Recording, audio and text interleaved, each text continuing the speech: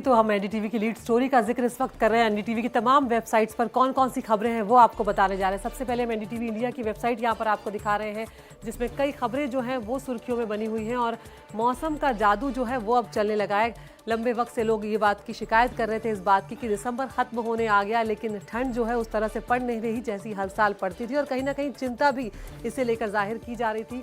इसे लेकर इसके अलावा मुख्यमंत्री योगी आदित्यनाथ जो हैं जापानी में वो बोलते हुए नजर आ रहे हैं। एक बड़ी इंटरेस्टिंग खबर यहाँ पर चल रही है। जापान का एक प्रतिनिधिमंडल जो है वो भारत आया हुआ है, कुछ एमओयूज पर साइन भी यहाँ पर हुए हैं, लेकिन मेन जो लीड है वो यहाँ पर मौसम का जादू ही बनी हुई है। क्रिसमस अब आ चुका है, एक दिन सिर्फ रह गया है, नया साल बहुत नज़दीक है और जो सैलानी हैं खासकर अब वो बहुत खुश हैं क्योंकि पहाड़ों पर बर्फबारी जमकर अब शुरू हो गई है।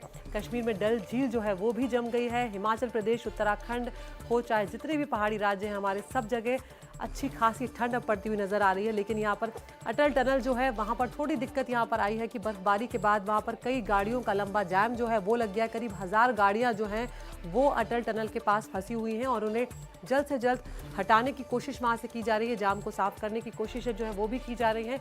लेकिन ये जो बर्फ़ की चादर ओढ़ी है, आप देख सकते हैं कहाँ कहाँ पर किस तरह की कितनी सेंटीमीटर बर्फ़ है। ये भी यहाँ पर आप देख सकते हैं रोहतांग में 20 सेंटीमीटर तक बर्फ़ पड़ी हुई है। शिकारी देवी, शिमला, कुफरी, अलग अलग इलाकों में आप देख सकते हैं कि मौसम जो है किस तरह से करवट ले रहा है। और जब पहाड़ों में बर्फ़ होती है तो मैदानी इलाकों पे भी उसका नज़र जो है साफ नज़र आने लगता है। तो उत्तर प्रदेश हो, दिल्ली हो, एनसीआर हो, पंजाब हो, सब जगहों पर अब ठंड जो है वो बढ़ने लगी है। इसके अलावा अगर हम बात करें यहाँ पर हमारी दूसरी वेबसाइट एमपी छत्तीसगढ़ का, तो यहाँ पर भी एक बड़ी खबर जो है वो सामने आई है। अनुकंपा नियुक्ति जो होती है, जब कोई परिजन जो है उनका देहांत हो जाता है, उनके निधन के बाद जो परिवार वाले हैं उन्हें नौकरी मिलती है और कई बार ऐसा होता है कि परिजनों को बहुत ज़्यादा इंतज़ार करना पड़ता है, उनके बच्चों को, उनकी पत्नियों को नौकरी नहीं मिल पाती है। लेकिन इस मामले में नए साल से पहले ये खुशखबरी आई है। सालों से अटकी जो अनुकंपा नियुक्ति थी उस पर जल्द भर्ती होगी। मध्य प्रदेश में 400 से ज़्यादा पंचायत सचिव जो है अनुकंपा नियुक्ति के मामले में अभी तक कुल 247 पदों पर भर्ती हो चुकी है।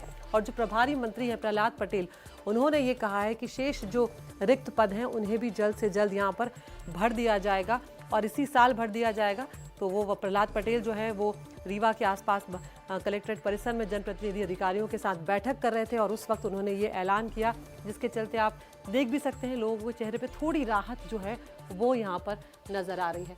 अब हम रुख करते हैं एनडीटीवी की राजस्थान की जो वेबसाइट है, वहाँ पर एक चिंता वाली खबर जो है फिर से यहाँ पर सामने आ गई है। चेतना नाम की बच्ची जो है वो बोरवेल में गिर गई है। करीब 150 फीट पर वो फंसी हुई है। घर का ही ये बोरवेल था, बंद पड़ा हुआ था, उसका ध्यान नहीं रखा गया, बच्ची उसमें गिर जाती है और अब एसडीआरएफ और एनडीआरएफ की टीमें जो हैं करीब अब 20 घंटे होने जा रहे हैं बच्ची चेतना को उस बोरवेल में गिरे हुए उसे निकालने की सारी कवायद की जा रही है। हम जानते हैं कि दौसा में किस तरह से 5 साल का बच्चा आर्यन जो है उसे बचाया नहीं जा सका, लेकिन यहाँ पर सभी प्रार्थना कर रहे हैं कि चेतना जो है उसे जल्द से जल्द बाहर निकाला जाए।